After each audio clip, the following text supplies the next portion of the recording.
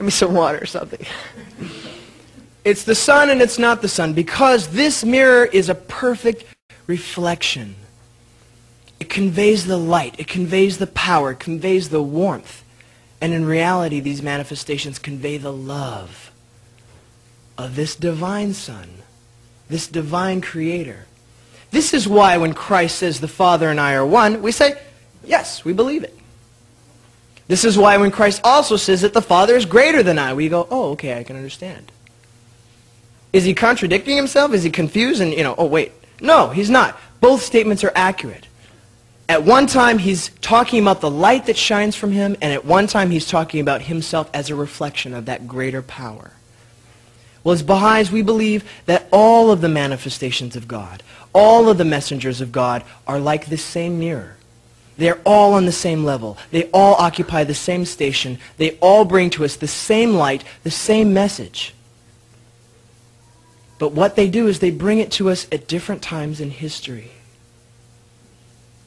If you take a child, say 4-year-old child, bright child, brilliant child, they're getting smarter and smarter, My little brother just amazes me. Makes me mad, really, but, because he's so smart, I feel like a dinosaur. But you take this child, 4-year-old child, could I take this child and stick him into Harvard University and expect him to compete with other people who are older? They're all going, is this a trick question? No, come on, give me a break. Of course you couldn't. You're not going to take this child and stick him in trigonometry and expect him to get it? No, he's not going to get it. Why? Thank you. He doesn't even know 1 + 1 is 2 yet. Right? He's got to learn that first. Once he gets the basic stuff, then, you go, okay, cool, you got your addition thing. Now we're going to trick you, throw you into some subtraction, maybe some division, multiplication. You get the groundwork. You get it solid. And then what do? Then you build upon that. And then maybe you get a little algebra, and then you get a little geometry, and then you get a little more algebra, and then you're going on and on and on. And next thing you know, you're Albert Einstein, But you don't start off that way. Now, if we as human beings can figure that out with our children, don't you think that God, who created us, can figure that out with us as a people? Probably. I mean, it's my guess. Probably. I don't know. My best guess. So that's exactly what we believe has been happening, that God throughout the ages has been guiding mankind progressively.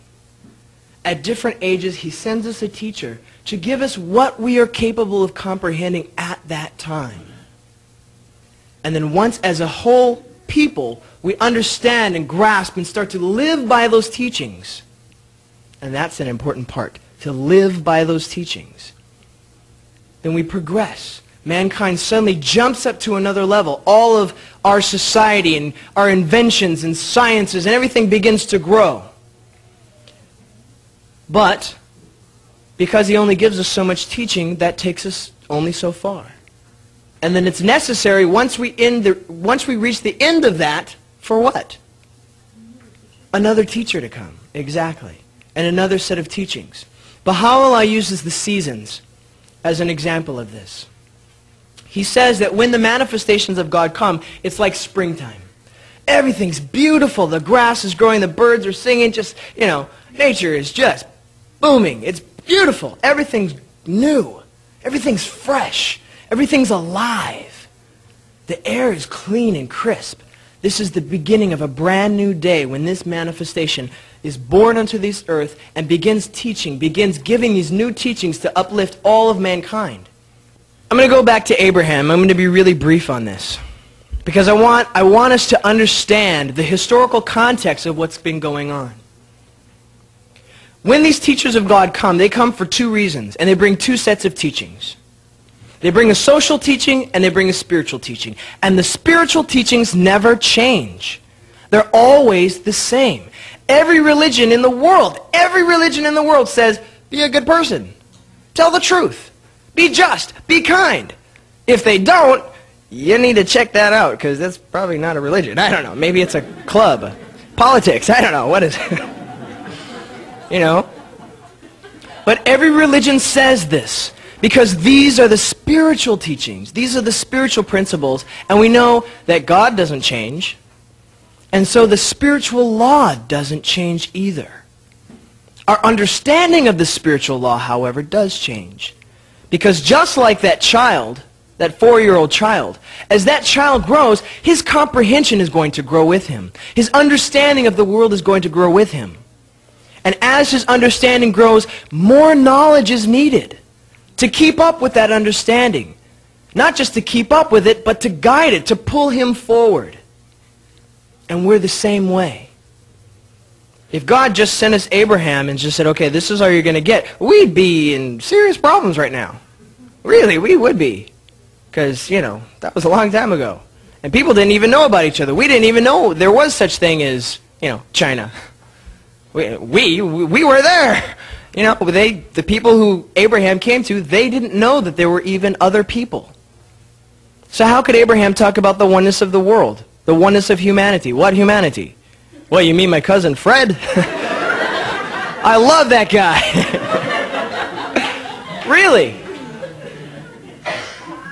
The people back then did not deal with the same things that we now as a world are dealing with. The world has become a very small place. It's not by accident. Think about this. It's not by accident. This is part of the plan.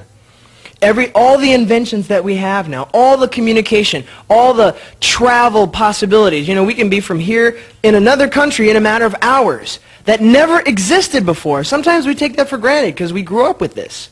It never existed before. There are people alive today who were alive when these things didn't exist. The world was a different place. The fastest you could go was how fast your horse could run. The furthest you could go was how far your, probably camel could go, because they go pretty far. But that was people's concept of the world. So Abraham back in his time couldn't talk about the oneness of mankind. No, he wanted to start at the beginning. A very simple principle. How about family unity? Father, you can't kill son for that piece of meat anymore. Because really that's the way it was. It was like a very barbaric, individual, every man for himself type thing. If you and I, you could be my brother, and we would compete for something, and I would kill you. We all know the story from the Bible, how Cain and Abel were brothers, and Cain slew Abel. Hey, that was kind of back then, right? We get the idea. The principle was family unity, and the spiritual principle was the oneness of God. Along comes Moses. Does he negate what Abraham said about family unity? No, he increases it. He says, great, you guys got the family unity thing? Wonderful. Come together now. Bring all the families together as a tribe.